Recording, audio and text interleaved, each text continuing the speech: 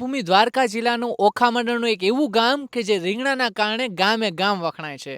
આ છે ગોરિંજાના દેશી રીંગણા કે જે સ્વાદ અને સાઈઝ બંનેમાં છે બેસ્ટ.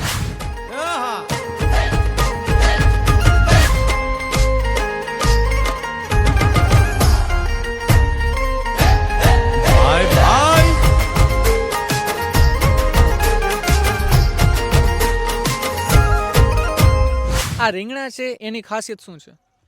એની ખાસિયત એ છે કે આપણે મીઠો પાણી છે, મીઠી જમીન છે અને દેશી બધો વાવેતર છે. બરાબર, વર્ષોથી આ દાદાનું વાવેતર આ બિયારણ પડ્યું આવે છે. કોઈ બજારમાંથી નથી લીધેલ.